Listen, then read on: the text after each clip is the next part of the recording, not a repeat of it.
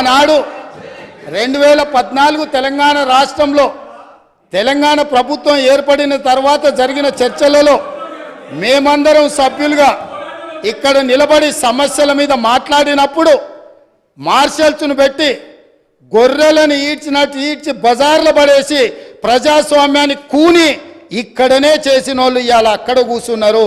వాళ్ళలాక మేము కాదు.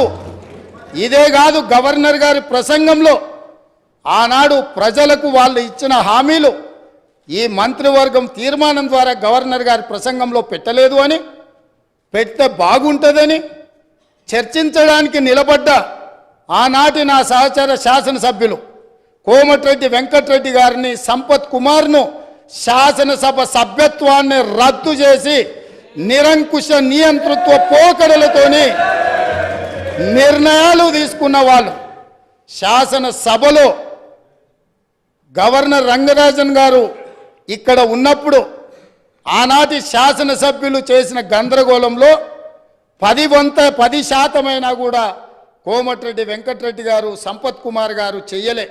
కూర్చున్న సీట్ల నుంచి లేచి నిలబడి నిరసన తెలిపినందుకు నిరంకుశత్వంగా 2 శాసనసభ సభ్యత్వాలు రద్దు చేసిన చీకటి రోజులు ఇక్కడనే జరిగినాయి. ఈ సంఘటనలు చరిత్ర మర్చిపోదు. ఈ సంఘటన తెలంగాణ శాసనసభ చరిత్రలో శాశ్వతంగా ఉంటుంది. ఆ సంగతిని కూడా నా మిత్రులకు నేను గుర్తు